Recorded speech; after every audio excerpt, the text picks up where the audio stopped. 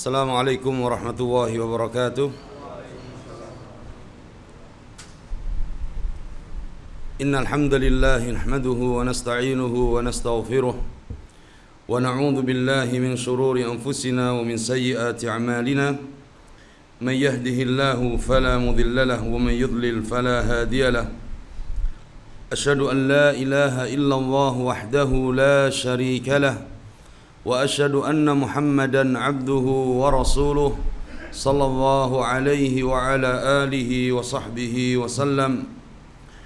Ya ayyuhalladzina amanu taqullaha haqqa tuqatih wa la tamutunna illa wa antum muslimun. Ya ayyuhan nasu taqu rabbakum alladzi khalaqakum min nafsin wahidah wa khalaqa minha zawjaha وبث منهما رجالا كثيرا ونساء واتقوا الله الذي تساءلون به والأرحام إن الله كان عليكم رقيبا يا أيها الذين آمنوا اتقوا الله وقولوا قولا سديدا يصلح لكم أعمالكم ويغفر لكم ذنوبكم ومن يطع الله ورسوله فقد فاز فوزا عظيما.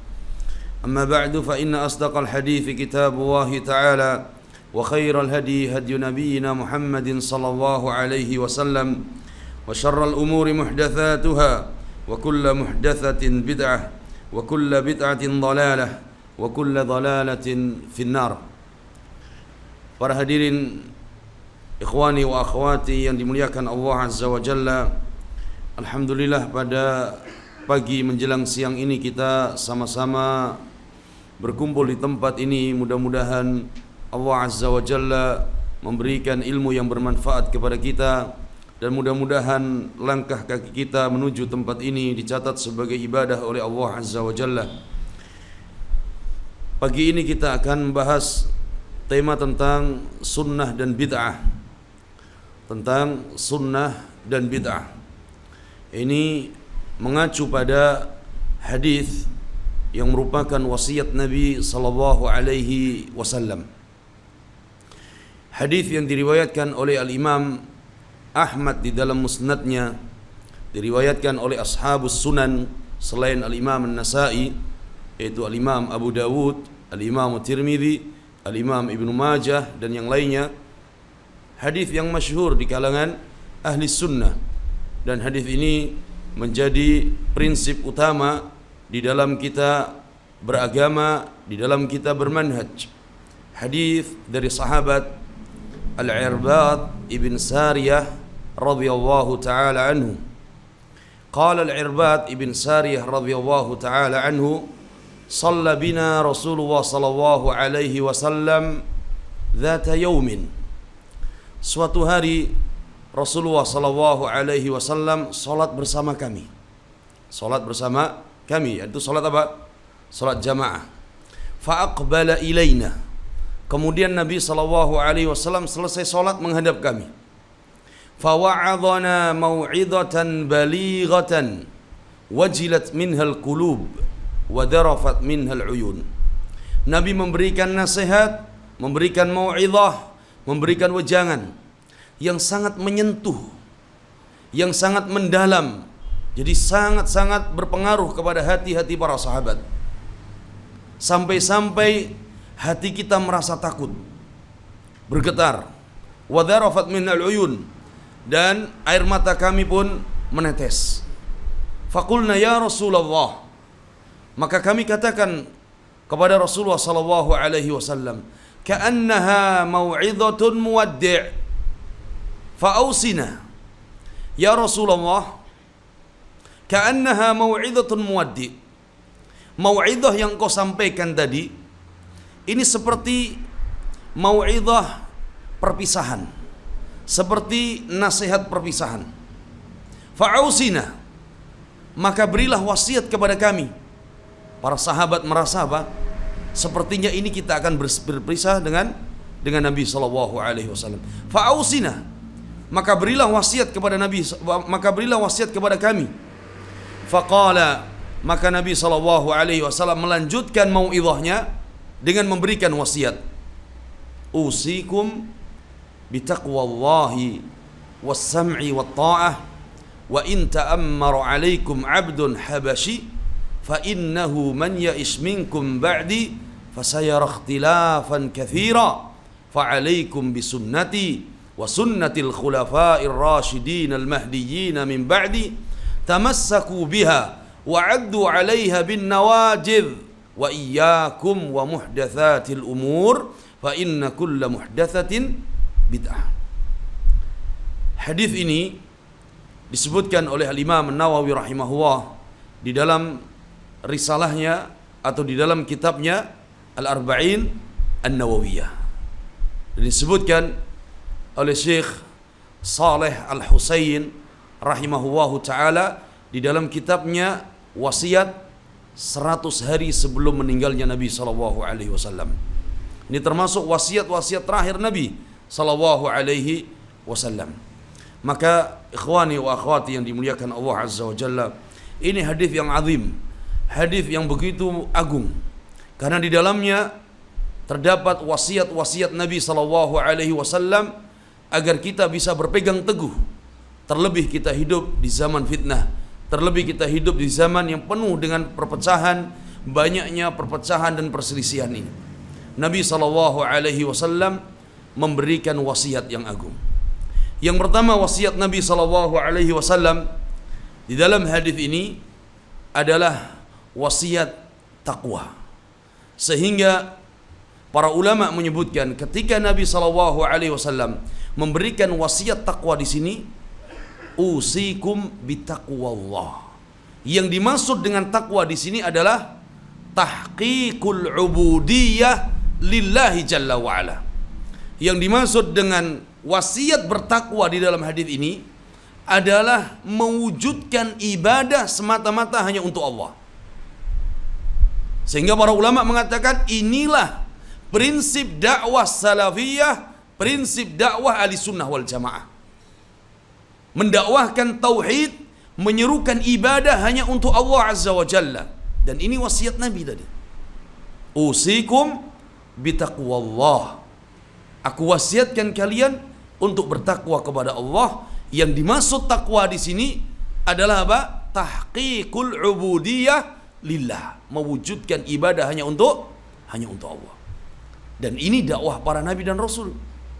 Dakwah para nabi dan rasul. Oleh karena itu Allah menyebutkan di dalam banyak ayatnya tentang dakwah para nabi dan rasul. Walaqad ba'atsna fi kulli ummatin rasula an i'budullaha wajtanibut taghut. Dan sungguh kami telah mengutus pada setiap umat seorang rasul. Dan tugas mereka adalah mendakwahkan apa? Ibadah. An i'budullah, mengajak umatnya untuk beribadah hanya kepada Allah. Tauhid. Mengisahkan Allah di dalam ibadah. Ini dakwah para nabi dan rasul. Dan mengingatkan manusia dari bahaya berbuat syirik, menyekutukan Allah, beribadah kepada selain Allah.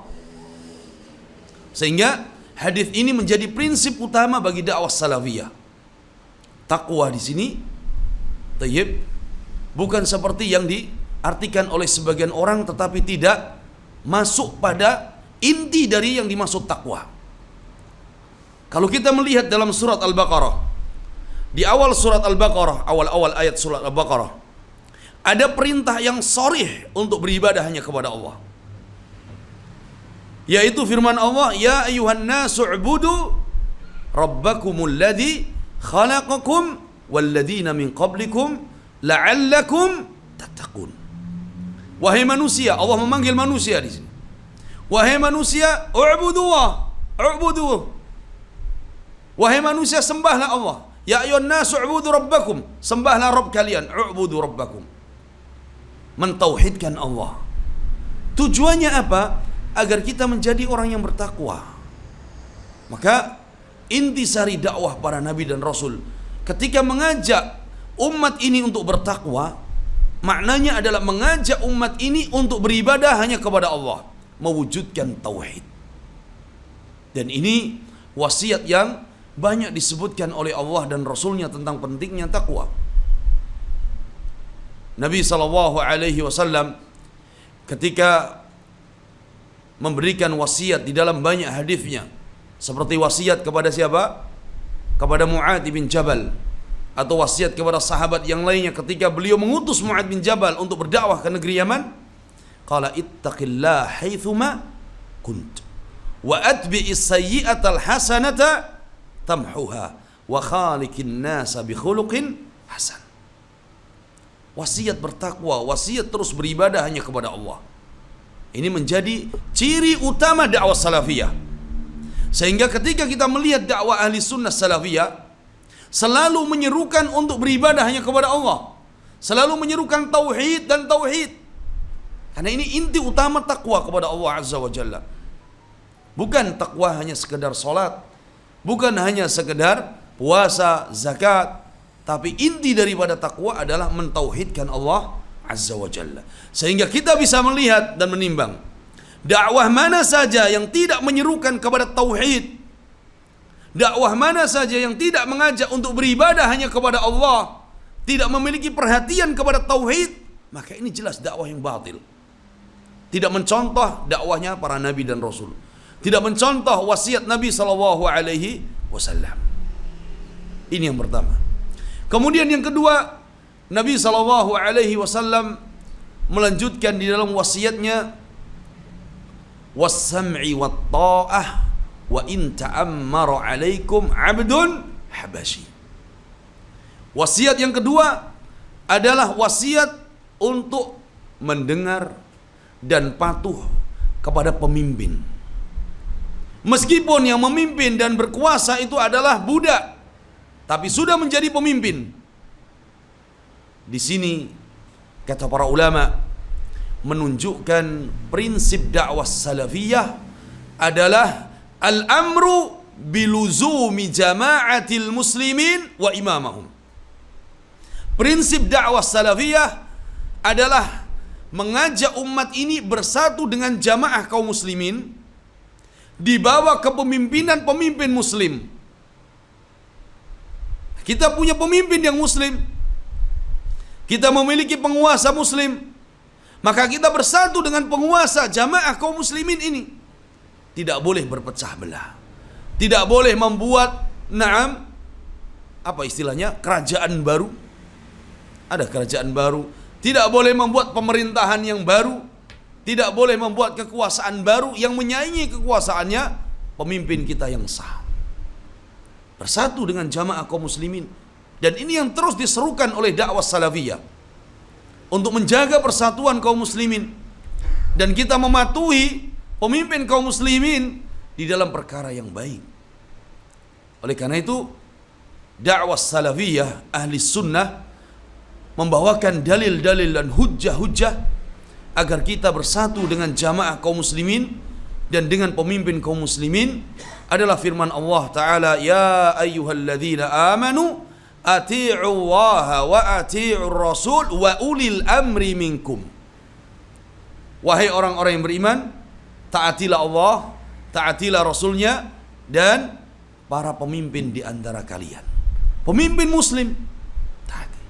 Tetapi ketaatan kita kepada mereka, ketaatan kita kepada para penguasa kita di dalam perkara yang ma'ruf, di dalam perkara-perkara yang baik, yang tidak menyelisihi syariat, perkara yang bukan maksiat.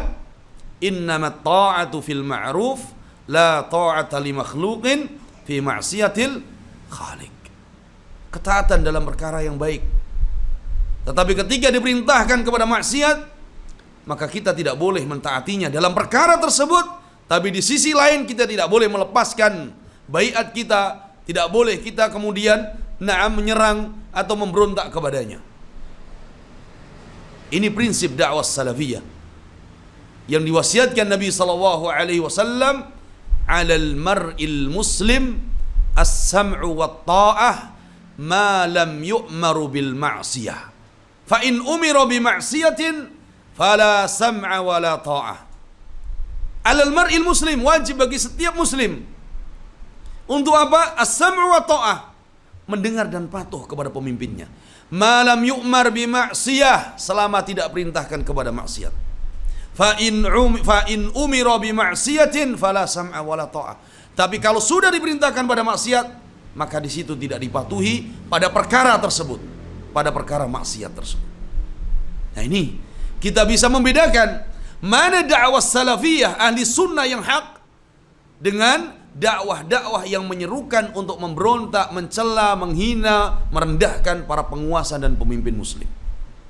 Mana dakwah yang mengajak untuk persatuan umat dan menjaga keamanan negeri kaum muslimin dengan dakwah-dakwah yang ingin merusak dan membuat kekacauan di negeri kaum muslimin.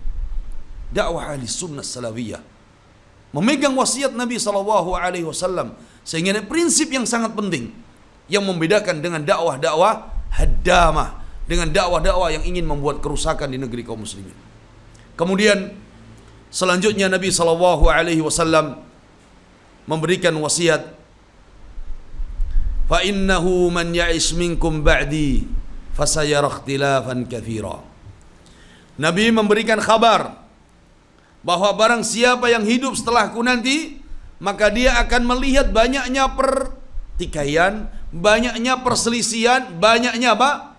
Perpecahan di tengah-tengah umat ini. Ini kabar yang wajib kita benarkan, wajib kita percayai, pasti akan terjadi. Naam. Karena salah satu dari konsekuensi syahadat kita, asyhadu anna Muhammadar Rasulullah, adalah tasdiquhu fima akhbar, membenarkan seluruh kabar Nabi. Yang dikabarkan Nabi akan terjadi. Naam, terjadi. Setelah meninggalnya Nabi SAW, di akhir zaman sahabat bermunculan kelompok-kelompok bid'ah. Muncul Qadariyah, kemudian muncul Syiah Rafidhah, muncul Khawarij, terus bermunculan terus sampai hari ini. Sampai hari ini. Dan ini merupakan takdir kauni yang pasti akan terjadi. Tetapi Allah tidak menginginkan perpecahan demikian. Allah tidak menginginkan adanya tafarruq, perpecahan di tubuh umat ini. Tapi yang Allah perintahkan adalah untuk apa? Al-i'tisam.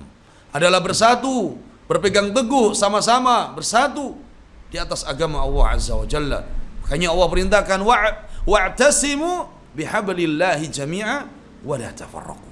Perintah untuk i'tisam, perintah untuk bersatu, terlebih perintah untuk menjaga persatuan kaum muslimin.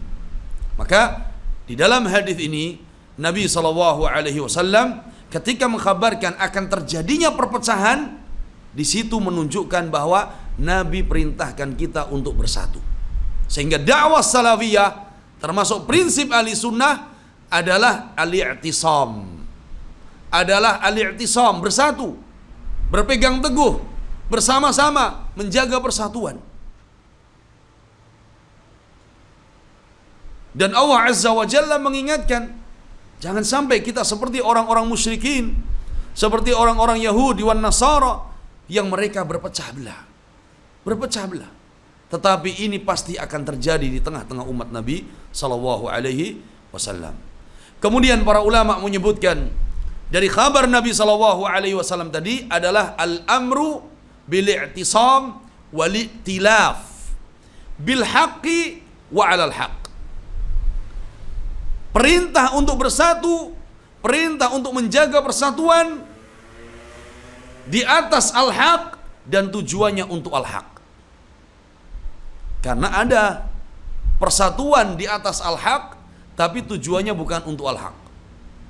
Ada persatuan di atas kebatilan, di atas bid'ah, di atas kemungkaran, bersatu mereka tapi tujuannya untuk al-haq. Tetapi yang diinginkan oleh Nabi SAW adalah persatuan di atas al-haq, dan tujuannya al-haq. Tujuannya apa? Al-haq. Persatuan dibangun di atas Al-Quran dan Sunnah. Persatuan dibangun di atas manhaj yang sahih. Kemudian tujuannya al-haq, tujuannya untuk Islam dan muslimin. Bukan tujuan untuk kekuasaan, bukan tujuan untuk mengangkat bendera kelompok tertentu, bukan tujuannya untuk berbangga-bangga dengan kelompoknya, bukan. Kalau itu yang dibanggakan adalah kelompok, yang dibanggakan adalah slogan masing-masing, maka ini adalah hizbiyah. Dan itu yang disebutkan oleh Allah di dalam Al-Quran. Kullu hizbin bima ladaihim farihun. Setiap kelompok, setiap golongan, setiap firqah, setiap partai membanggakan partainya masing-masing. Tetapi ahli sunnah, as-salafiyah, persatuan dibangun di atas al-haq dan untuk al-haq. Jelas al-wala wal baroknya dibangun di atas al-haq. Al-wala wal baroknya dibangun di atas manhaj yang sahih. Ini dakwah salafiyah, dakwah ahli sunnah wal jamaah. Kemudian Nabi SAW melanjutkan, fa'alaikum bisunnati, fa'alaikum bisunnati. Ini menunjukkan, kata para ulama, tahqiqu al-ittiba' li Rasulillah sallallahu alaihi wasallam. Kewajiban kita untuk mewujudkan ittiba' yang sebenarnya kepada Nabi sallallahu alaihi wasallam. Bukan hanya sekedar pengakuan, saya ngikut Nabi, saya cinta Nabi, saya ikut sunnah, tapi tidak ada buktinya. Tidak ada buktinya. Maka harus dibuktikan tahqiq al-ittiba' li Rasulillah sallallahu alaihi wasallam. Benar-benar dia buktikan. Ketika dia mengatakan di atas sunnah, buktikan dengan ittiba' yang sebenarnya. Meneladani Rasulullah sallallahu alaihi wasallam. Bukan hanya dalam pakaian, bukan hanya dalam zahir, tapi ittiba' yang sebenarnya mewujudkan ittiba' di dalam akidah, di dalam ibadah, di dalam suluk, di dalam muamalah. Ittiba' dengan Nabi sallallahu alaihi wasallam. Karena banyak yang mengaku tadi cinta kepada Nabi, ittiba' kepada Nabi, tapi hanya sekedar pengakuan. Qul in kuntum tuhibbunallah fattabi'uni yuhibbukumullah wa yaghfir lakum dzunubakum. Katakan jika kalian, katakan wahai Muhammad, jika kalian benar-benar mencintai siapa? Allah. Fattabi'uni, ikuti aku. Buktikan kalau kita cinta Allah, buktikan kalau kita cinta Nabi, ikuti Nabi sallallahu alaihi wasallam. Dengan kita ittiba' tersebut, maka Allah Azza wa Jalla akan mencintai kita. Allah Azza wa Jalla akan mengampuni dosa kita. Berapa dosa yang kita lakukan tidak tahu betapa banyaknya. Tapi dengan ittiba' Allah akan ampuni dosa-dosa kita. Jadi ketika kita meneladani Nabi dalam segala perkara tadi, kita sedang beribadah. Dan dengan itu Allah ampuni kita. Dengan itu Allah cintai kita.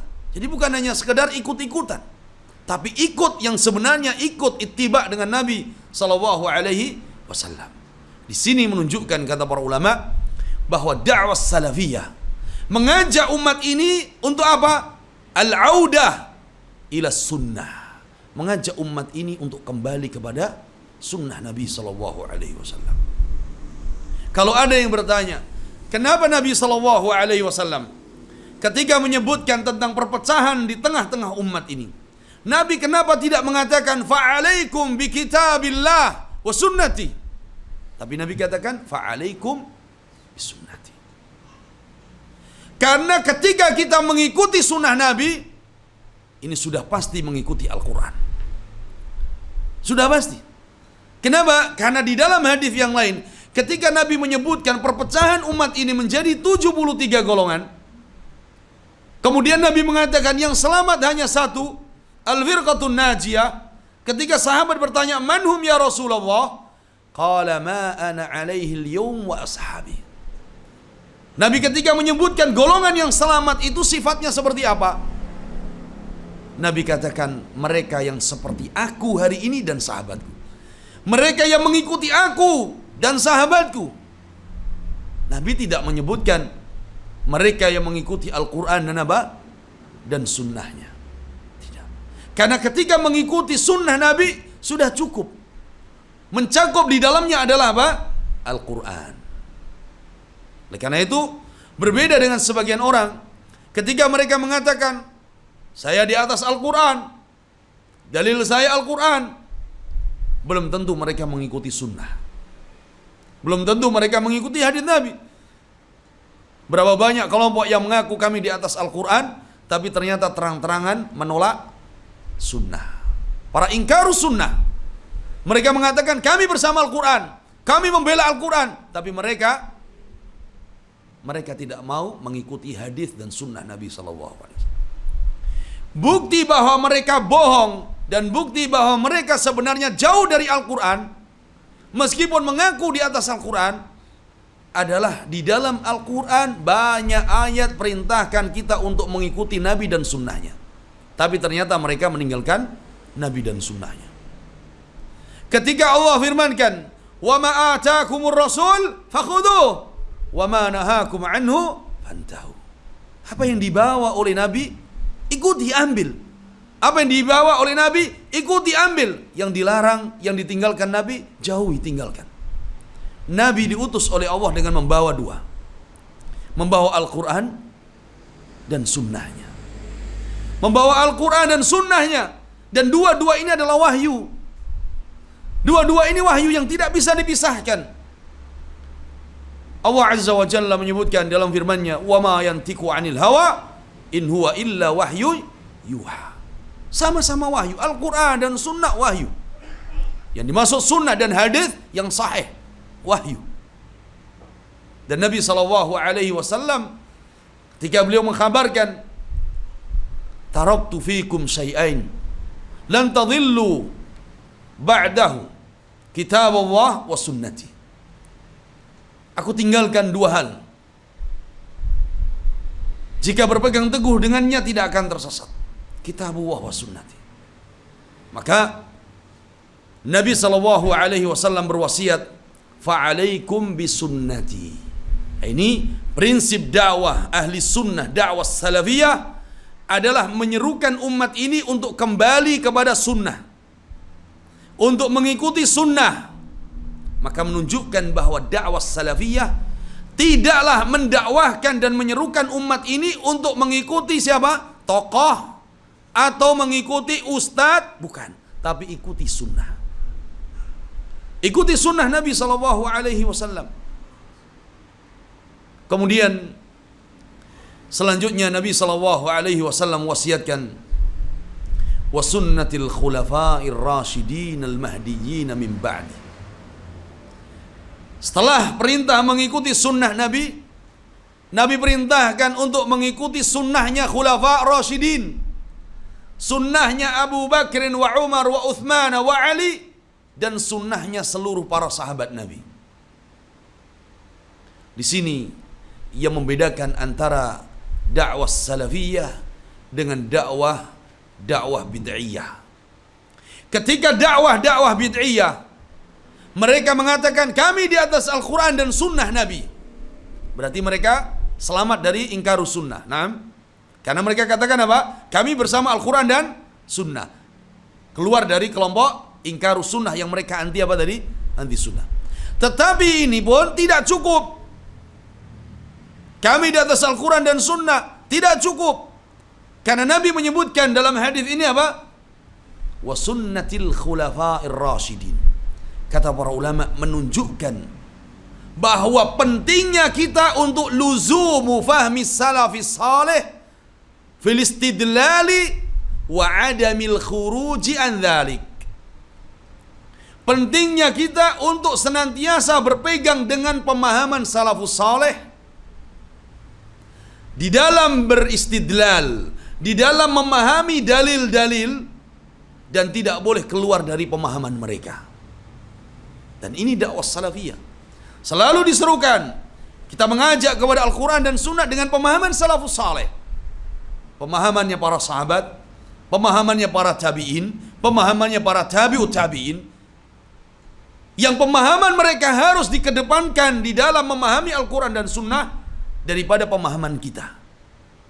Karena keimanan mereka, karena ilmu mereka, karena ketakwaan mereka, karena mereka langsung mengambil dari Nabi SAW, karena dekatnya zaman mereka dengan zaman Nabi SAW, dan para sahabat menyaksikan bagaimana turunnya wahyu, sehingga pemahaman mereka harus dikedepankan di dalam memahami nas-nas syar'i.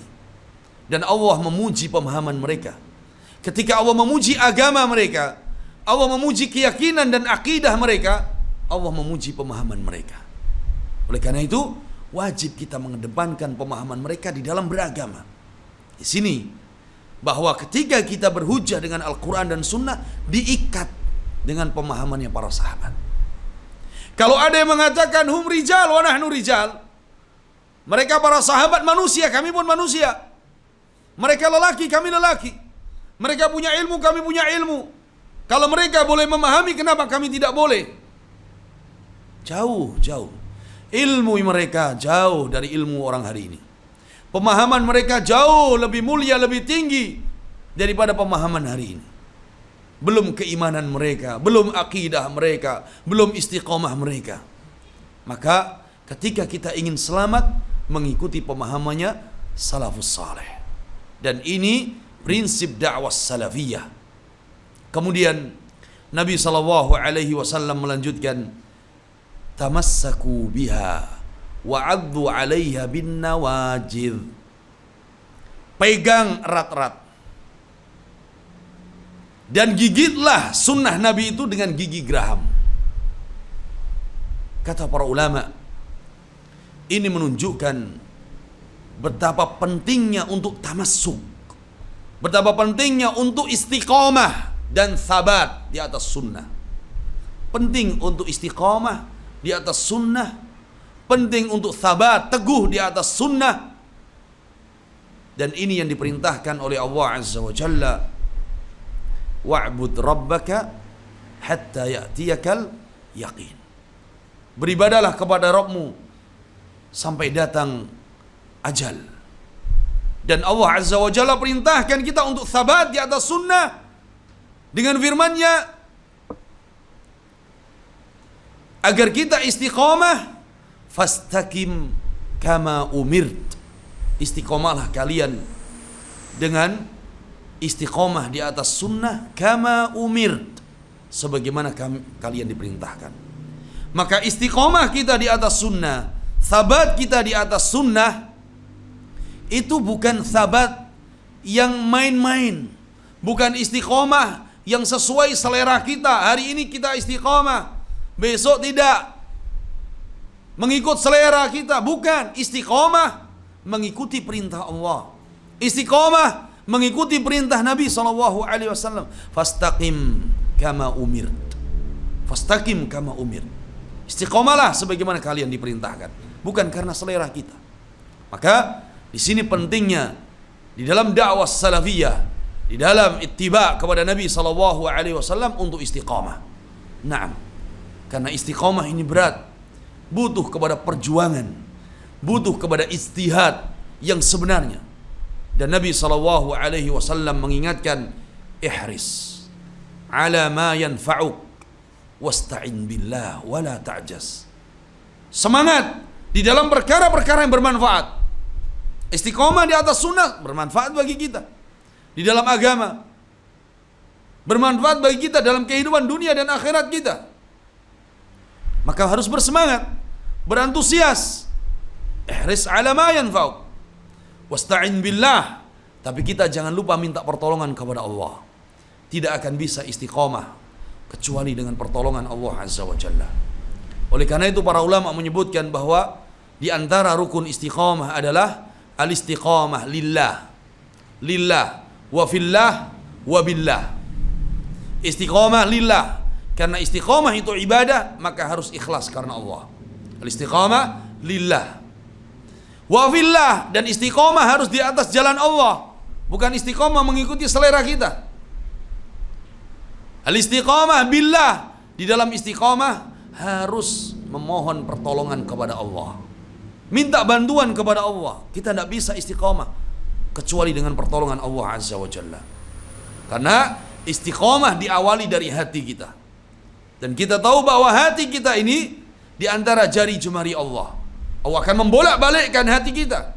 Maka kita meminta istiqamah kepada Allah, pertolongan kepada Allah, agar Allah berikan sabat, keteguhan.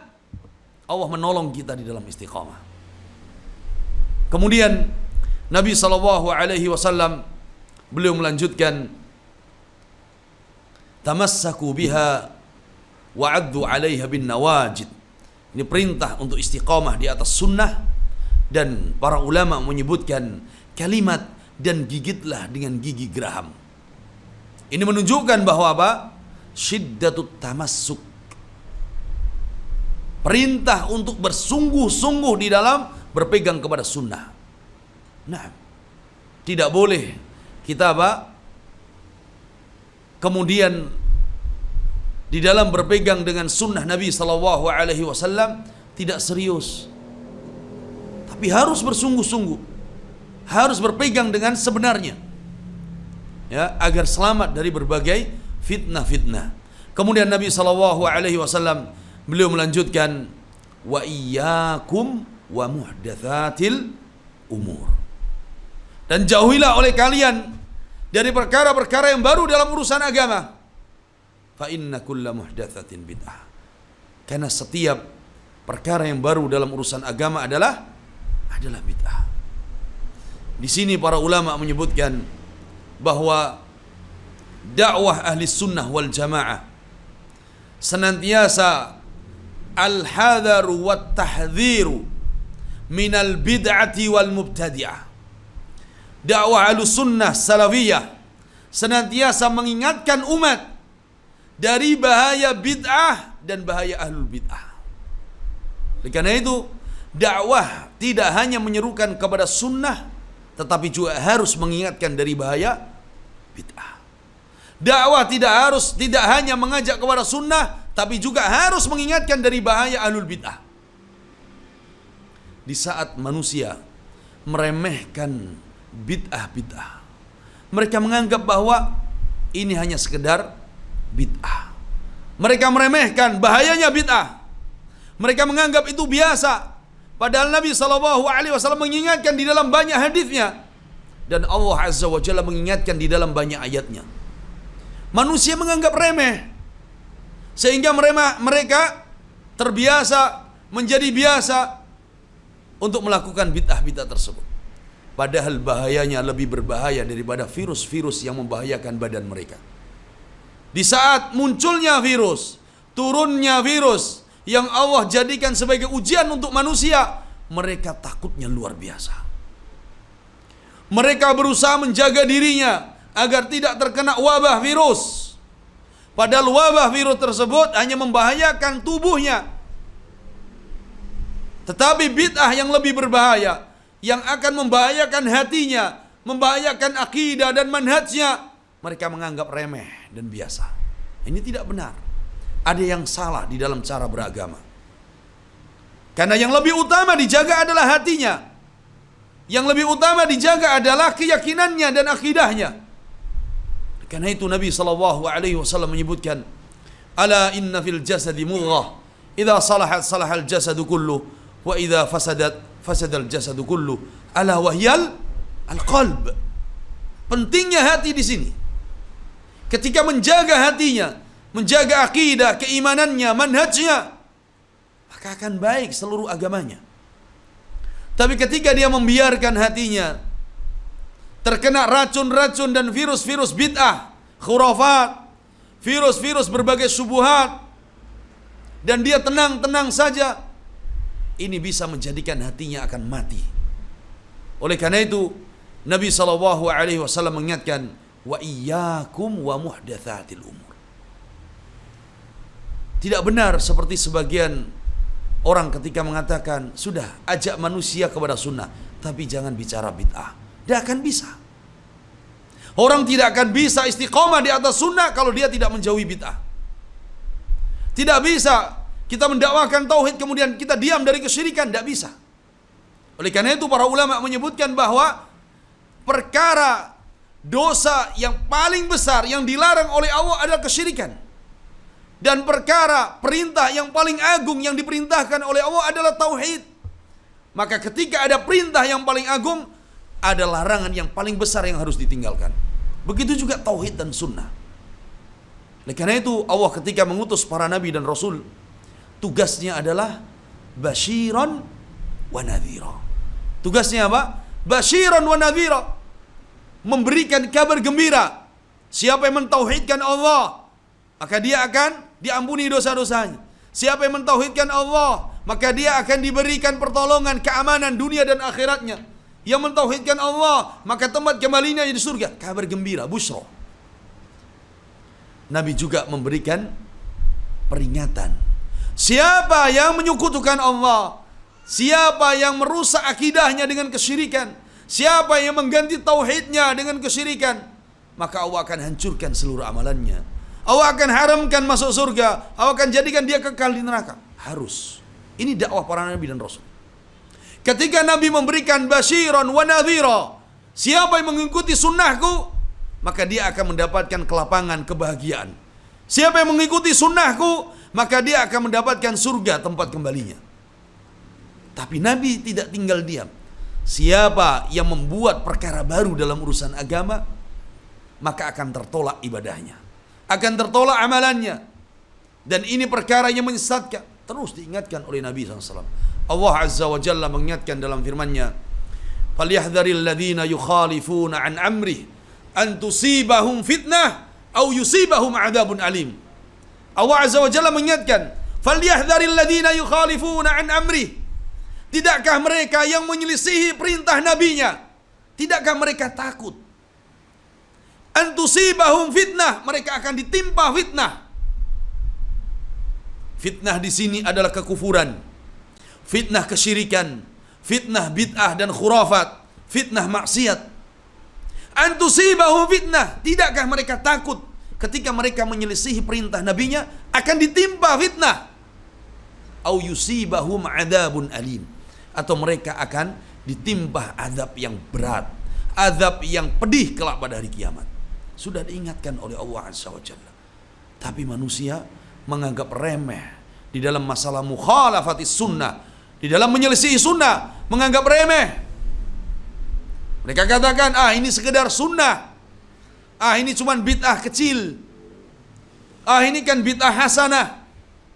Tapi ketika dia melakukan bid'ah tersebut yang mereka yakini bid'ah hasanah, dan ketika kita mengatakan, hei ahlul bid'ah, kita memberikan gelar dia sebagai ahlul bid'ah, dia tidak rela, padahal dia bangga dengan bid'ah. Ketika kita mengikuti sunnah, berpegang teguh dengan sunnah, kita disebut sebagai ahlu sunnah, kita bangga karena itu adalah sebutan yang mulia. Tapi mereka tahu bahwa sebutan ahlul bid'ah itu adalah sebutan yang buruk, tapi mereka enggan meninggalkan bid'ahnya. Oleh karena itu Nabi SAW memberikan wasiat tersebut agar kita benar-benar berpegang dengan sunnahnya dan menjauhi segala perkara yang menyelisihi sunnah Nabi SAW. Kemudian jamaah, ikhwani wa akhwati yang dimuliakan Allah Azza wa Jalla, ini sebagai muqaddimah sedikit sebelum kita masuk tentang faedah di dalam tamassuk, di dalam berpegang teguh dengan sunnah Nabi SAW. Nabi SAW juga Allah Azza wa Jalla menyebutkan di dalam banyak ayatnya, dan Nabi SAW menyebutkan di dalam banyak hadisnya tentang keutamaan untuk berpegang teguh dengan sunnah Nabi SAW. Perintahnya banyak tadi, tapi keutamaan dan faedah dan keberkahan yang bisa kita peroleh dari ittiba kepada sunnah Nabi SAW. Yang pertama, kita akan dicintai oleh Allah dan Rasulnya. Ketika kita berpegang dengan sunnah, ketika kita mengikuti sunnah, maka ingat janji Allah, Allah akan mencintai kita. Rasul akan cinta kepada kita karena kita ikut Nabi. Dan ketika Allah dan Rasulnya mencintai kita, maka tentunya Allah akan memberikan kebahagiaan dunia dan akhirat untuk kita. Tadi Allah menyebutkan dalam firman-Nya, "Qul in kuntum tuhibbunallah fattabi'uni yuhibbukumullah." Ikuti Nabi, maka Allah akan cintai kita. Ikuti Nabi, maka Allah akan mencintai kita, dan Nabi pun akan mencintai kita. Dan janji Nabi SAW bahwa ketika seorang mencintai saudaranya, maka dia akan bersamanya. Al-mar'u ma'a man ahabba. Manusia akan bersama dengan orang yang dia cintai. Orang yang mengikuti sunnah Nabi, dia benar-benar mencintai Nabi. Dia benar-benar mencintai Nabi. Sebagaimana orang yang mengikuti bid'ah karena dia cinta kepada bid'ah dan amalan tersebut. Oleh karena itu, ketika kita mengikuti sunnah, ittiba kepada sunnah, kita ingin mendapatkan kecintaan Nabi SAW. Lihat bagaimana para sahabat Nabi ketika mereka dicintai Nabi SAW karena sebab ittiba mereka, karena sebab tamasuk mereka kepada sunnah. Nabi SAW mencintai para sahabatnya. Bahkan sebagian dari sahabatnya Nabi katakan perorangan bahwa Nabi mencintainya. Seperti sahabat Mu'adz bin Jabal radhiyallahu taala anhu. Ketika Nabi sallallahu alaihi wasallam beliau mengatakan, "Ya Mu'adz, ya Mu'adz, inni la uhibbuk." Wahai Mu'adz, sesungguhnya aku benar-benar mencintaimu. Benar-benar mencintaimu. Oleh karena itu, cinta kepada Nabi sallallahu alaihi wasallam dibuktikan dengan ittiba dan tamassuk, berpegang teguh dan meneladani sunnah Nabi sallallahu alaihi wasallam. Kemudian faedah yang lain di dalam ittiba kepada sunnah Nabi sallallahu alaihi wasallam, kita akan mendapatkan kehidupan yang bahagia. Orang yang berada di atas sunnah, orang yang mengikuti sunnah Nabi, dia akan mendapatkan kebahagiaan yang dia tidak peroleh ketika tidak mengikuti sunnah. Kebahagiaan dengan sunnah, kebahagiaan dengan meneladani Nabi sallallahu alaihi wasallam. Bagaimana para sahabat Nabi? Kebahagiaan mereka bukan karena harta, kebahagiaan mereka bukan karena jabatan, tetapi kebahagiaan para sahabat di saat mereka bisa mengikuti sunnah Nabi. Mereka bahagia hidupnya meskipun kehidupannya serba kekurangan secara ekonomi. Tapi bahagia karena mereka sederhana orang-orangnya. Sederhana di dalam beribadah, sederhana di dalam taqarrub kepada Allah Azza wa Jalla. Punya prinsip, apa yang dicontohkan Nabi dijalankan. Apa yang ditinggalkan Nabi, yang tidak dilakukan Nabi, dia tidak mengerjakan. Sederhana.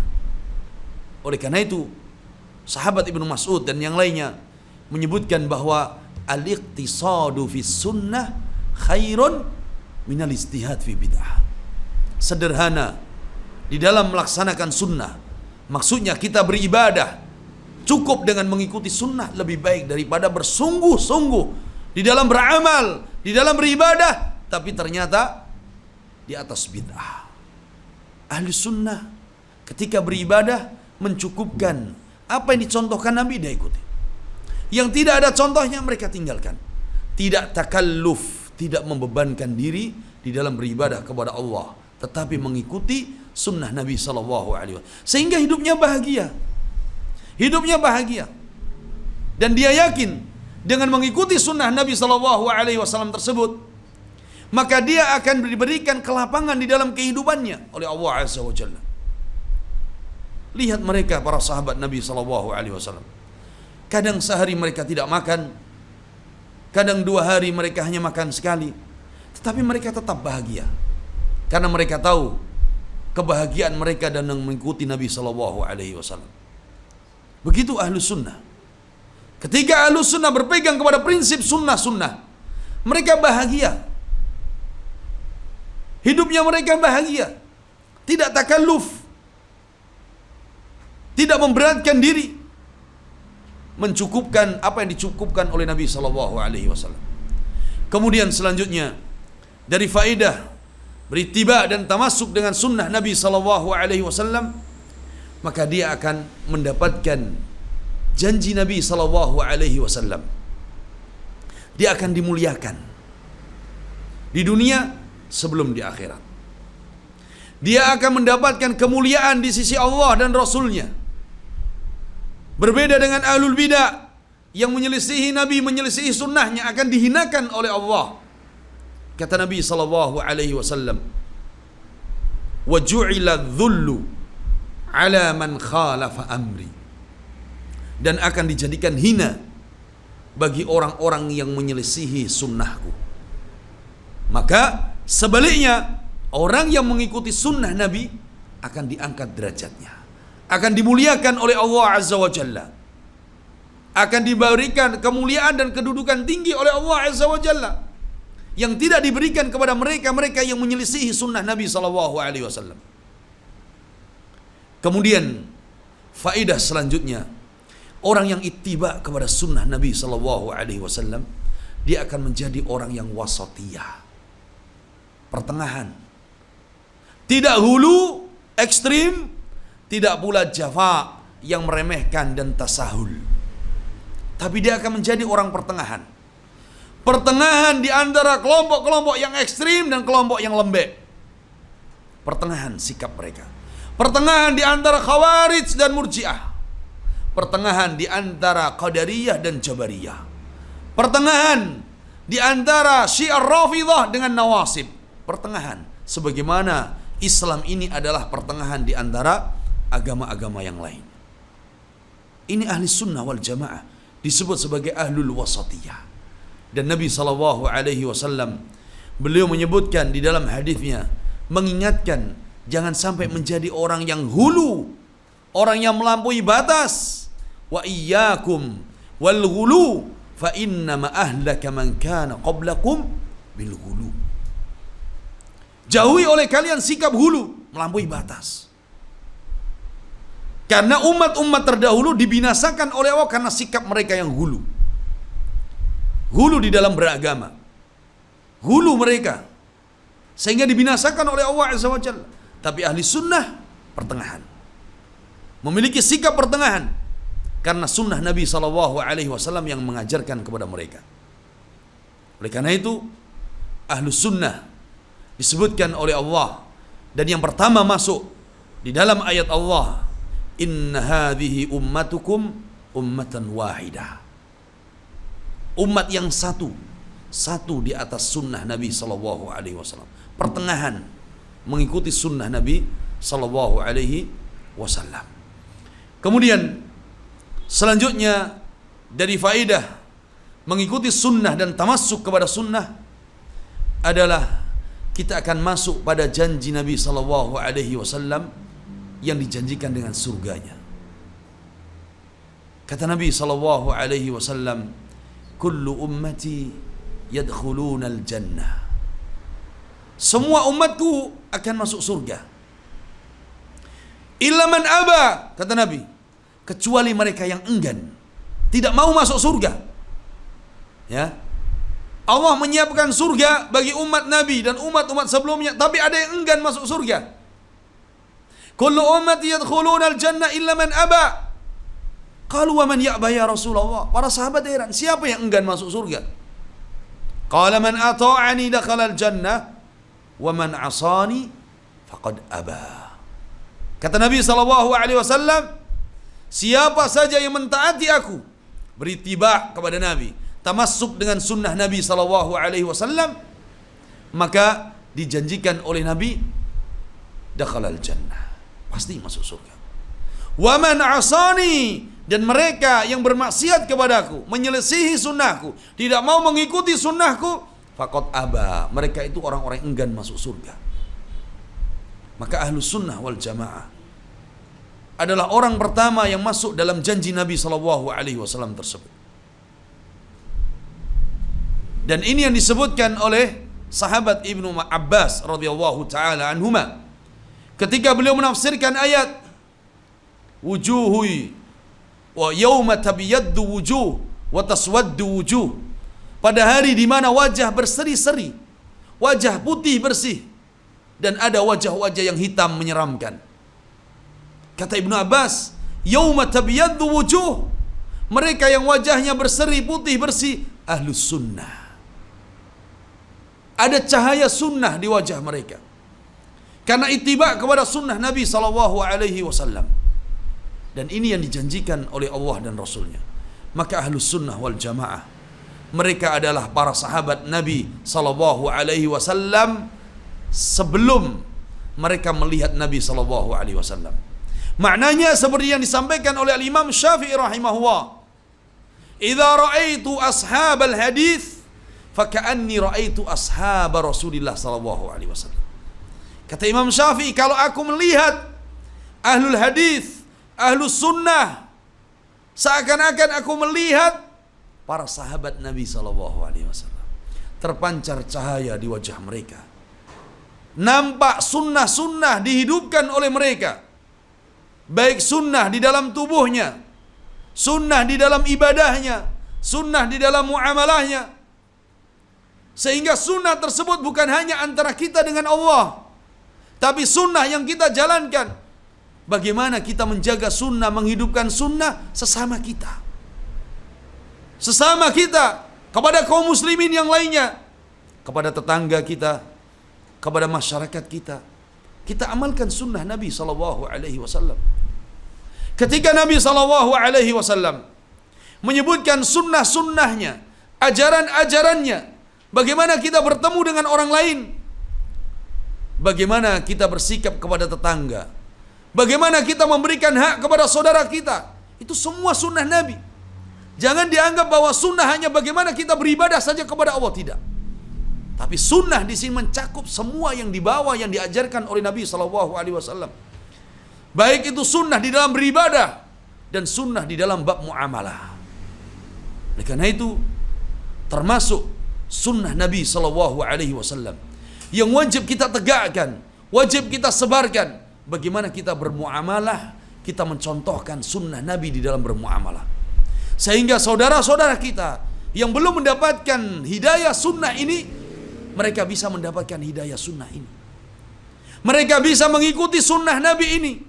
Karena sebab kita di dalam bermuamalah, sebab kita dalam menyampaikan sunnah dengan tutur kata kita, dengan sikap kita, dengan akhlak kita. Ini yang kita harapkan. Semua ikut menghidupkan sunnah, bukan hanya di dalam ibadahnya.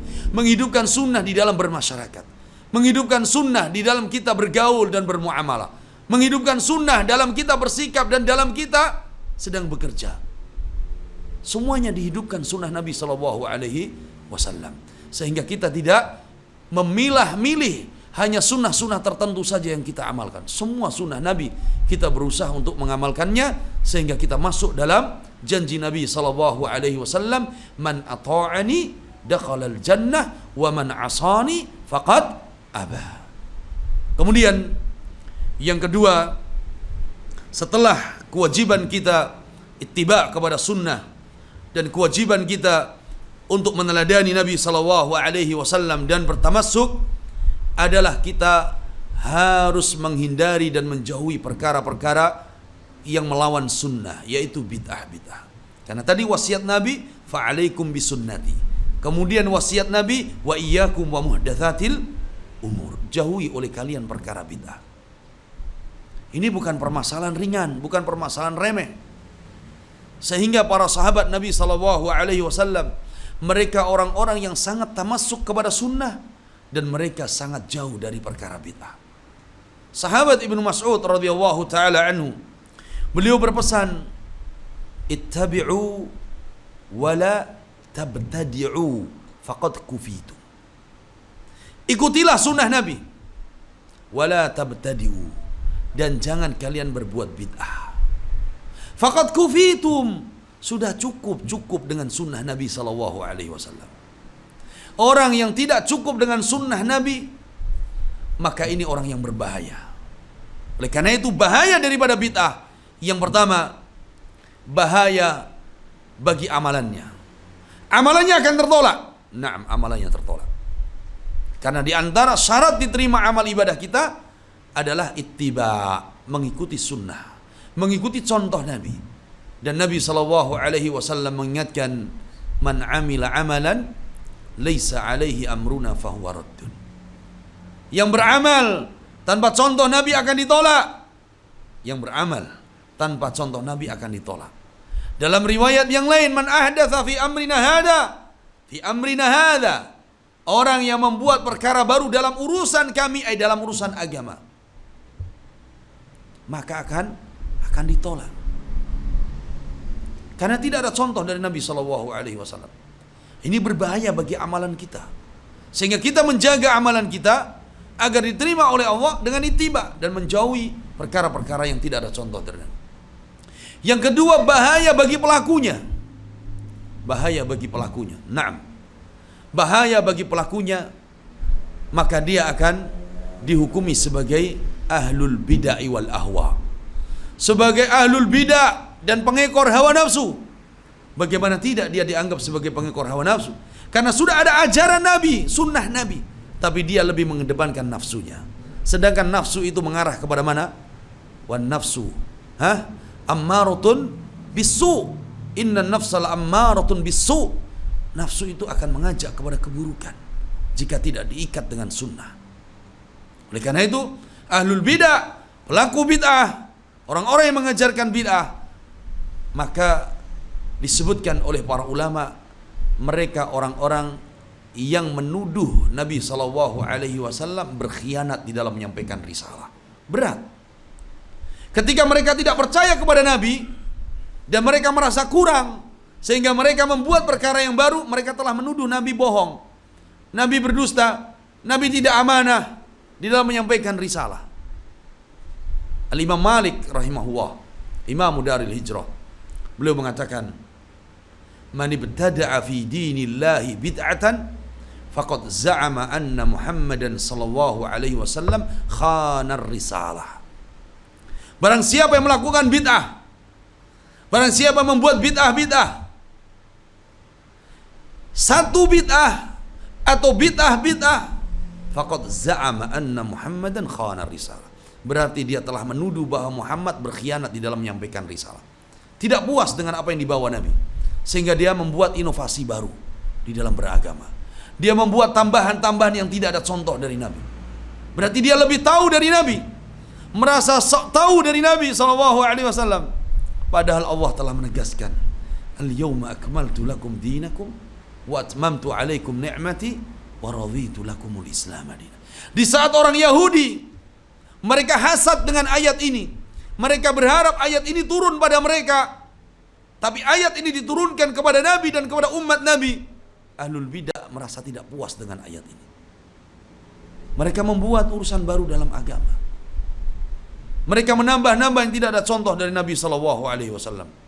Oleh karena itu, mencukupkan dengan sunnah Nabi SAW dan menjauhi perkara-perkara yang baru ini adalah jalan keselamatan. Keselamatan di dunia, keselamatan di akhirat kita.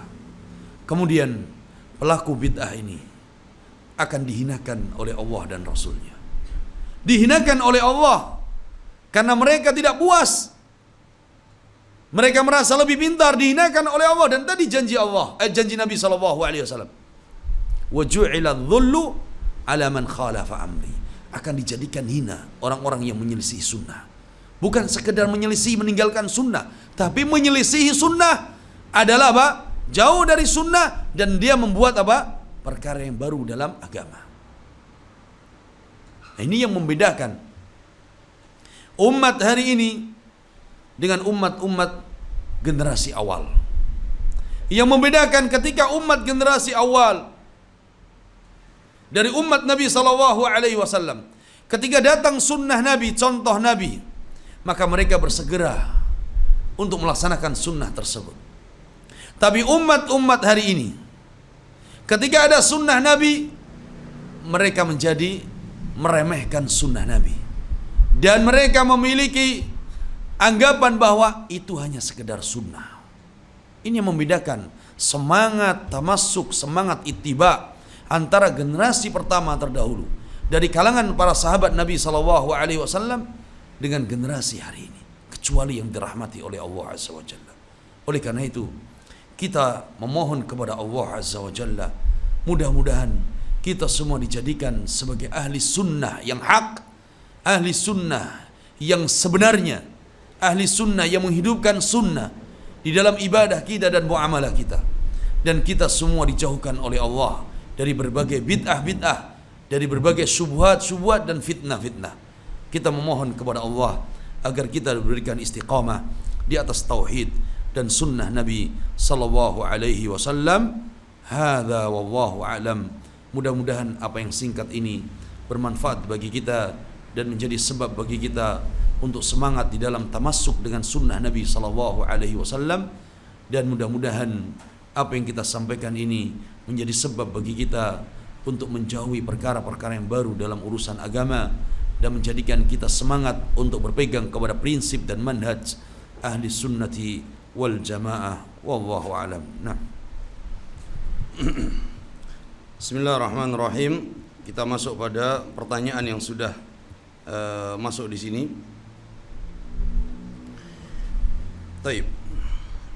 Yang pertama, bagaimana cara bersungguh-sungguh memegang sunnah bagi orang yang baru tahu dakwah sunnah? Taib. Ini nasihat bagi mereka yang baru hijrah, nasihat bagi mereka yang baru mengenal dakwah sunnah. Apa yang harus dilakukan? Yang tadinya berada di atas bid'ah, yang tadinya mungkin menyimpang dari manhaj sunnah, sekarang mengenal dan mendengar ada dakwah sunnah. Apa yang harus dilakukan? Ini sama dengan pertanyaan yang ditanyakan kepada Syekh Saleh Ibn Fauzan Al-Fauzan hafizahullah ta'ala.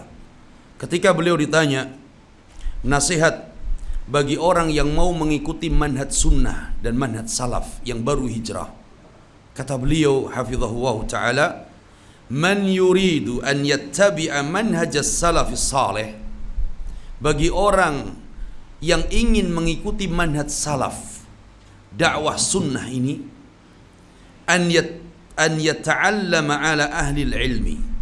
Yang pertama, dia harus belajar kepada siapa? Ahlul ilmi. Fayadrusu aqidata ahli sunnati wal jamaah. Dia harus belajar akidah ahli sunnah yang sebenarnya. Wala yakfil intisabu biduni ma'rifatin liman hajis salaf.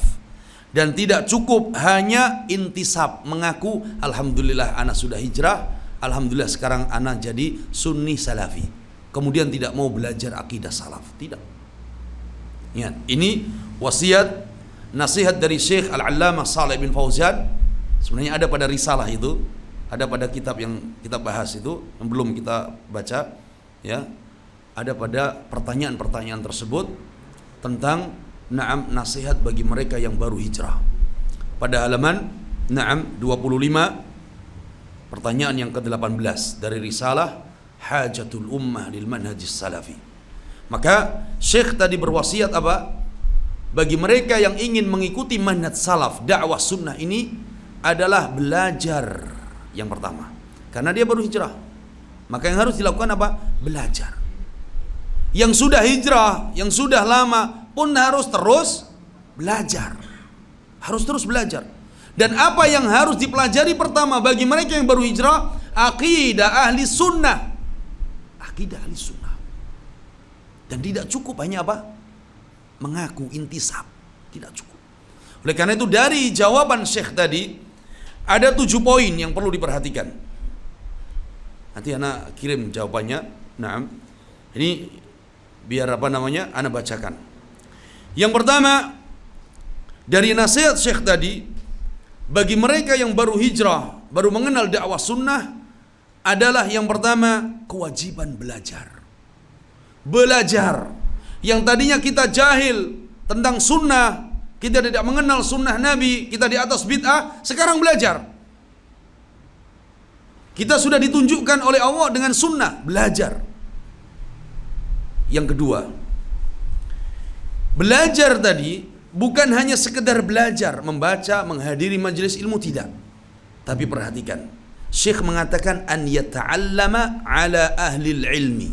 Belajar kepada siapa? Ahlul ilmi, kepada ulama, kepada ahlinya. Maka yang kedua, wajib belajar kepada ahlul ilmi, kepada ahlinya. Ahlinya. Bukan kepada sembarangan orang. Dari ahli sunnah dan ahlinya. Oh, enggak, anak belajar kepada ahli sunnah. Siapa ahli sunnah? Ahli sunnah yang mana? Oh, enggak, itu yang aktif ngaji. Kan dia ngaji. Bukan ahlinya. Tapi belajar kepada ahlinya. Belajar kepada ulamanya, belajar kepada masyayikhnya, belajar kepada ustadznya. Bukan belajar kepada siapa? Yang sama-sama masih belajar. Belajar kepada ahlinya, kepada ustadznya. Ya, tidak semua yang bicara sunnah berarti ahli sunnah, tidak. Tidak semua yang menyerukan kepada sunnah berarti sunnah. Karena banyak ahlul bidah pun menyerukan kepada sunnah, tapi sunnah yang mereka mau. Maka harus perhatian. Perhatian kepada siapa yang kita ambil ilmunya. Kalau kita tidak tahu, tanya. Sehingga ditunjukkan posisinya di mana, tinggalnya di mana, di sana ada kajian sunnah, ustadznya siapa, jelas. Dan ini yang diajarkan oleh salaf. Inna hadzal ilma dinun fanzuru amman ta'khuduna dinakum. Ilmu ini agama. Perhatikan dari mana kita mengambil ilmu ini.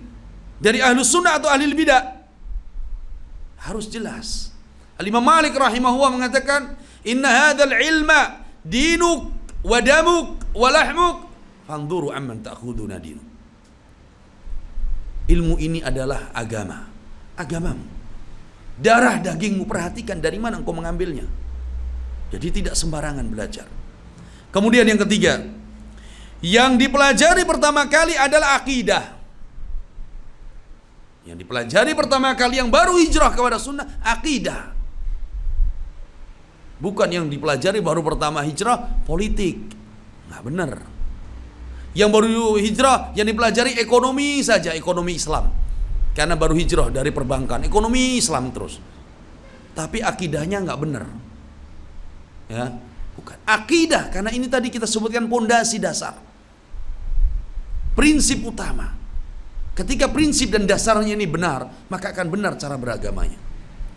Kemudian yang keempat, akidah yang harus dipelajari pertama kali, akidah apa? Akidah ahli sunnah, kata Syekh tadi. Yadrusu aqidat ahli sunnah. Bukan akidah sembarangan. Akidah ahli sunnah. Ya, akidah ahli sunnah. Bukan akidah Asy'ariyah, bukan akidah Maturidiyah, bukan akidahnya Mu'tazilah, Khawarij, akidah ahli sunnah.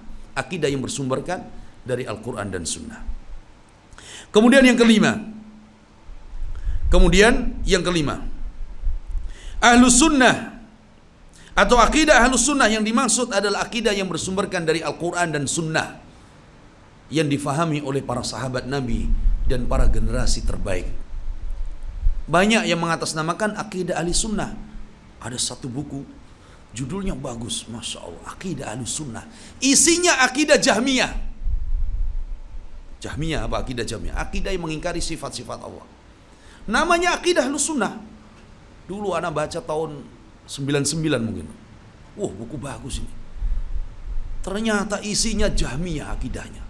Mengingkari sifat-sifat Allah, mengkafirkan orang yang tidak mengikuti akidahnya. Luar biasa kita. Ini berhati-hati.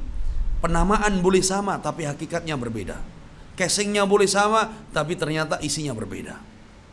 Jadi tidak mudah dengan sebutan nama akidah ahli sunnah. Harus diperhatikan. Siapa penulisnya, apa sumbernya, dasar akidahnya harus jelas. Kemudian yang keberapa? Yang keenam, Ahlus Sunnah yang dimaksud oleh Syekh tersebut adalah mereka yang berpegang teguh dengan Al-Quran dan Sunnah, dan mereka bersatu di atas Sunnah. Ini harus benar-benar dilihat Ahlus Sunnah yang sebenarnya. Kemudian Syekh menyebutkan tentang manhaj salaf. Salaf tersebut adalah nama yang indah, sehingga kelompok-kelompok bid'ah pun mereka mencoplok nama apa? Mengambil nama sunnah. Salafi, salafiyah, padahal mereka jauh akidahnya dari akidah salafus saleh. Jamaah, jihadiyah, salafiyah, padahal mereka takfiri. Hati-hati. Maka tidak cukup hanya intisab, tidak cukup hanya mengaku sebagai ahli sunnah, sebagai salafi, tapi harus dibuktikan dengan belajar dan istiqamah di atas akidah ahli sunnah wal jamaah. Ini wasiat Syekh Saleh ibn Fauzan Al-Fauzan hafizahullah ta'ala. Yang pertama, belajar akidah ahli sunnah kepada ahlinya. Kepada ahlinya. Kemudian yang kedua, selanjutnya setelah belajar, dia berkawan dengan ahli sunnah. Ingat, kawan, lingkungan ini akan menjadikan seorang akan mengarah kemana? Sangat berpengaruh. Kawannya siapa? Kawannya ahli sunnah. Taib, alhamdulillah. Kawannya siapa? Abu-abu manhajnya. Wah, ini berbahaya. Sedikit-sedikit akan masuk syubhat-syubhat kepadanya. Kawan ini berbahaya. Makanya Nabi menyebutkan mathalul jalisi saleh wal jalisi su. Perumpamaan teman-teman baik dengan teman-teman buruk seperti apa? Penjual minyak wangi dengan apa? Tukang pandai besi atau tukang las.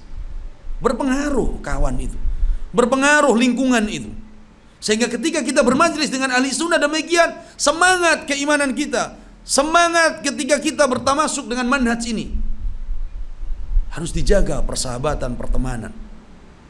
Kemudian selanjutnya, banyak membaca sejarah para sahabat, sejarah para ulama, bagaimana mereka istiqomah dalam belajar, istiqomah di dalam beribadah, istiqomah di dalam berdakwah, sehingga kita bisa mencontoh dan meniru mereka. Dan yang terakhir, mohon pertolongan kepada Allah agar kita diberikan istiqamah di atas manhaj sunnah dan manhaj salaf ini. Taib. Kemudian pertanyaan yang kedua, apa hukumnya bermakmum pada ahli bid'ah? Kita sholat di masjid, imamnya ahlul bid'ah. Apa hukum bermakmum dengannya? Yang pertama, bid'ah ada dua macam. Bid'ah apa? Ada dua macam. Hasanah, sayyi'ah, la. Bid'ah yang pertama, bid'atun mukaffirah. Bid'ah yang pelakunya dihukumi sebagai kafir. Yang kedua, bid'atun mufassiqah. Bid'ah yang pelakunya dihukumi fasik, tapi tidak kafir. Di sini ulama menyebutkan, jika bid'ahnya adalah bid'ah mukaffirah, seperti bid'ahnya Syiah Rafidhah, bid'ahnya Jahmiyah, bid'ahnya Qadariyah, maka tidak sah salat di belakang mereka. Karena mereka dihukumi sebagai apa? Kafir. Meskipun mereka salat, tapi bid'ah mereka mengeluarkan mereka dari Islam. Yang kedua, ketika bid'ahnya bid'ah mufassiqah, bid'ah-bid'ah yang dilakukan oleh sebagian kaum muslimin, zikir jama'i, maulid Nabi, peringatan Isra Mi'raj, dan bid'ah-bid'ah yang masyhur di kalangan sebagian kaum muslimin dari bid'ah-bid'ah yang mufassiqah itu, maka salat di belakangnya adalah sah. Dan ini yang disebutkan oleh Al-Imam Al-Hasan Al-Basri, imam dari kalangan tabi'in. Al-Imam Al-Hasan Al-Basri, beliau mengatakan di dalam Sahih Bukhari, salli atau sallu wa alaihi bid'atu. Salatlah kalian meskipun di belakang ahlul bid'ah, dan dosa bid'ahnya itu akan kembali kepada dia. Dia yang menanggung, bukan kita. Oleh karena itu, kita salat di belakang imam yang dia ahlul bid'ah pun sah salatnya dengan syarat bid'ahnya apa? Mufassiqah, bukan bid'ah mukaffirah. Tetapi ingat, ketika kita masuk masjid yang kita tahu itu bukan masjid Syiah, bukan masjid Qadariyah, bukan masjid Jahmiyah, kita masuk mau salat, jangan tanya dulu, Pak, imamnya ahlul bid'ah atau bukanlah. Salat, nggak usah ditanya, ya, tanya KTP-nya mana, bid'ah atau enggak, lah. Salat wa alaihi bid'atu, dan dia yang menanggung dosa bid'ahnya, kita tidak. Tapi kalau ada masjid ahli sunnah yang imamnya kita tahu dia sunnah, maka itu yang lebih baik kita sholat di belakangnya. Tapi ketika masjidnya jauh dan mungkin di lingkungan kita tidak ada, sholat bersama mereka. Sholat bersama mereka. Adapun perkara-perkara bid'ah yang mereka lakukan, ya kita tidak mengikutinya. Ya, wallahu a'lam. Taib. Soal yang ketiga. Taib. Amin. Bagaimana peran ummahat di dalam berdakwah, padahal waktu kami lebih banyak untuk urusan rumah? Mohon nasihatnya. Taib. Ummahat, akhwat, mereka punya peran di dalam berdakwah. Naam. Tapi mereka punya tanggung jawab dan mereka punya amanah, mengemban amanah yang itu begitu berat. Ini tugas wanita. Dan dakwah wanita yang pertama adalah di rumahnya. Dakwah para wanita yang pertama di rumahnya. Itu tanggung jawab utama. Oleh karena itu dikatakan oleh para ulama, al-ummu madrasatul ula. Ibu-ibu ini adalah madrasah pertama bagi putra-putrinya. Nah, madrasahnya di mana? Di rumahnya. Hukum asal wanita tersebut, madrasahnya, dakwahnya di rumahnya. Ketika ibu-ibu ini mendidik putra-putrinya dengan pendidikan yang baik di rumah, maka dia menjadi orang pertama yang akan mendapatkan pahala nanti. Ingat, ibu-ibu, para ummahat, para akhwat, jangan sampai kedahuluan oleh ustadzah dan ustadznya. Mulai dari anak sudah bisa berbicara, ajarkan tauhid, ajarkan surat-surat pendek di rumah sebelum kedahuluan ustadz dan ustadzahnya. Ajarkan yang pertama surat Al-Fatihah, karena surat itu akan terus dibaca oleh putra-putri kita sampai mereka meninggal dunia. Dan kalau itu kita orang pertama mengajarkan, kita pertama yang akan mendapatkan pahala. Meninggal kita, anak kita sholat, pahalanya mengalir. Jangan keduluan sama ustazah, sama ustadznya. Kalau keduluan dia yang lebih utama mendapatkan apa? Keuntungan tadi. Kita mengajarkan, mungkin tidak sebaik pengajaran tilawah ustadz dan ustazahnya, tapi minimal kita orang pertama yang menghafalkan itu kepada putra-putri kita. Nah, itu madrasahnya. Dan itu dakwah peran utamanya. Jangan sampai seorang wanita disibukkan di luar, ya, urusan dakwah di luar yang itu bukan tugas utama dia, sehingga dia melalaikan tugas utama di rumahnya. Tugas wanita kalau dibebankan kepada kita, kita tidak sanggup, Pak. Jujur nggak sanggup kita, nggak sanggup kita. Makanya karena lelaki itu nggak sanggup, dia butuh bantuan. Ya, paham maksudnya? Al-labibu bil isyarah yakfi. Ya, orang pintar itu cukup dengan isyarat paham yang dimaksud. Makanya Allah perintahkan apa? Untuk lebih dari satu, karena memang butuh bantuan lelaki itu. Ibu jangan marah, akhwat jangan marah. Taib. Beban wanita luar biasa. Antum lihat, wanita menjadi istri, dia harus melayani suami. Wanita menjadi ibu yang sedang hamil, dia harus melayani dua, suami dan janinnya. Wanita menjadi ibu ketika melahirkan, dia harus ngurus anaknya, bayinya, dan suaminya. Belum lagi urusan dapurnya. Anak ketika nangis jam 12 malam, yang bangun siapa? Ayah apa ibu? Jujur. Ibu. Dan ibu luar biasa perannya di situ. Kita kalau gendong anak 2 jam tidak kuat, Pak. Tapi ibu dari pagi sampai malam, sampai bangun lagi kuat. Kalau kita tidak kuat. Nah, di situ peran utama. Sama mendidik anak. Anak pulang sekolah, yang murojaah siapa di rumah? Ibu. Itu dakwahnya, dakwah utamanya. Suami di luar yang bekerja. Taib. Nah, apakah boleh wanita berdakwah di luar? Para ulama menyebutkan, kalau wanita itu berdakwah di luar, dalam artian mengajar di tempat-tempat yang itu memang menjadi tanggung jawab dia sebagai wanita. Contoh, tempat-tempat belajar wanita, tempat-tempat belajar anak-anak, raudhah, TK. Kan itu wanita yang lebih banyak berperan. Tapi dengan syarat izin suami. Itu utama. Suami tidak izinkan, tidak boleh keluar. Meskipun untuk dakwah. Ketika dia keluar, maka tidak akan barokah dakwahnya. Dan tidak akan mendapatkan pahala. Ketika mau mengajar, izin sama suami. Suami izinkan, tafadhali, silahkan. Tapi suami tidak mengizinkan, diam di rumah. Karena itu akan lebih baik bagi dia. Kenapa? Karena tugas mengajar, mendidik di luar itu, ya, wanita bukan utama, ada lelaki. Tapi kalau memang dibutuhkan dan mendapatkan izin dari suami dan tidak ada fitnah di sana, kemudian selesai mengerjakan tugas rumah tangganya, maka itu boleh. Kan enggak sekarang. Yang diutamakan di luar, yang di rumah cari pembantu. Kalau ada pembantu, kalau enggak maka apa? Biar suaminya masak sendiri, atau biar anak-anak nanti beli aja di sekolahan. Enggak benar. Enggak benar namanya. Ibu-ibu yang lebih utama adalah rumah. Yang lebih utama madrasah di rumah. Ya, itu yang paling utama. Tetapi ketika harus dia keluar untuk berdakwah di tempat-tempat tertentu tadi seperti mengajar tadi, maka harus ada dhawabit syar'i. Tidak kemudian dilepas begitu saja. Tidak kemudian bebas keluar masuk rumahnya, enggak. Anda sampaikan kepada keluarga, hatta buang sampah keluar, kalau nggak ada anak izin. Kenapa? Karena ketika sudah keluar rumah harus izin, dan itu syariat. Makanya Allah menyebutkan waqarna fi buyutikun wala tabarrujna tabarrujal jahiliyatil ula. Tempat utama wanita di rumah tadi. Tapi bukan berarti kalau begitu mutlak tidak boleh keluar, tidak. Boleh, tapi ada syarat dan dhawabit. Nah, kalau ditanya peran dakwah utama di rumah.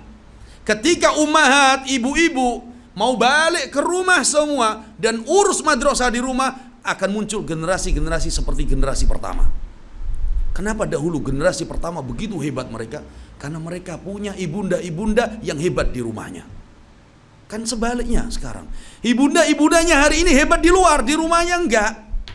Sehingga anaknya pun, ya, generasinya pun bukan generasi yang didikan dari keluarga tadi. Nah, kita ingin ibu-ibu kembali rumahnya. Ini yang lebih utama.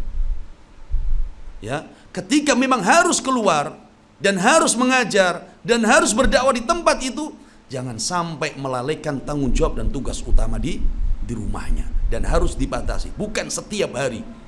Bukan setiap hari. Ya, ini ya yang bisa dinasihatkan. Kemudian yang keempat, penjelasan bid'ah hasanah dan bid'ah sayyi'ah. Nah, ini kalau minta penjelasan kepada mereka melakukan bid'ah hasanah.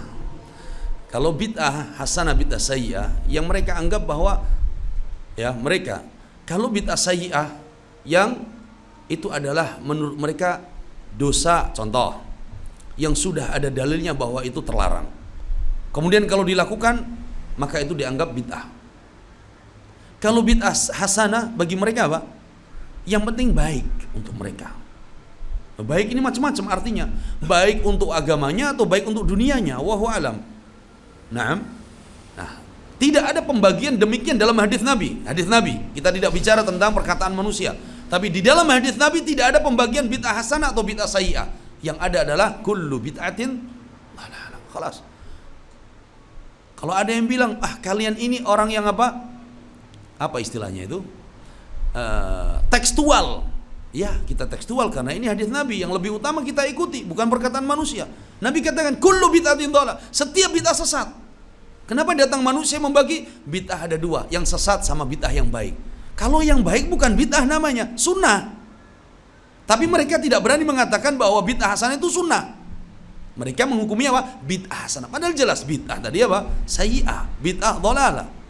Kalau mereka mengakui bahwa ini baik, harusnya bilang dong ini sunnah. Tapi tidak berani mereka.